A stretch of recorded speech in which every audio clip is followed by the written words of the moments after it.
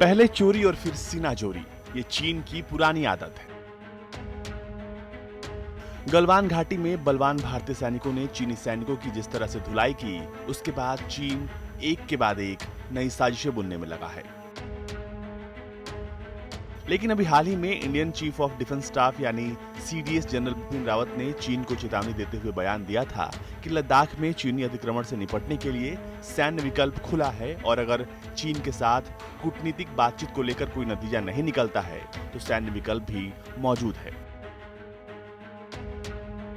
और फिर क्या था, चीनी मीडिया को मानो मिर्ची सी लग गई।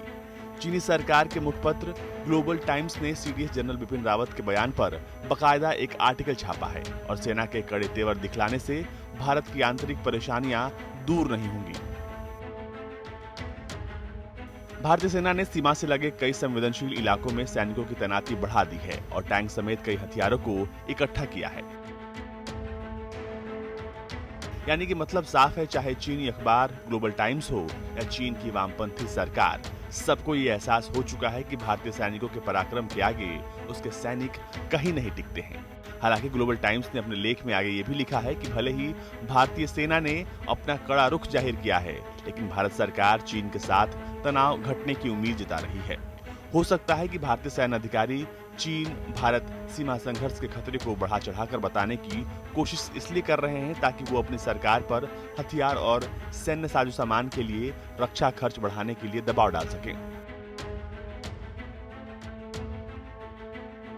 लेकिन ये दुनिया को भी पता है कि भूमाफिया चीन भी जानता है कि वो जिस भाषा में समझेगा, हिंदुस्तान उसी भाषा में समझाएगा, उसी भाषा में बात करेगा जो आसानी से चीन के दिलो दिमाग में बैठ जाए।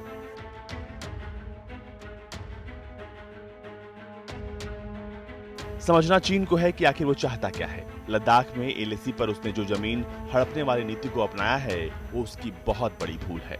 अमन पसंद हिंदुस्तान चाहता है कि चीन सुधर जाए, अपनी आदतों से बाज आए। अगर ऐसा नहीं किया तो उसके खिलाफ हर विकल्प खुले हैं। सेना अलर्ट मोड में है और बातचीत के नाकाम होने पर सैन्य विकल्प भी आजमाने से हिंदुस्तान परहेज नहीं करेगा। फिलहाल भारत की कोशिश हमेशा यही रही है कि विवाद आपसी बातचीत से सुलझ जाए तो बेहतर है।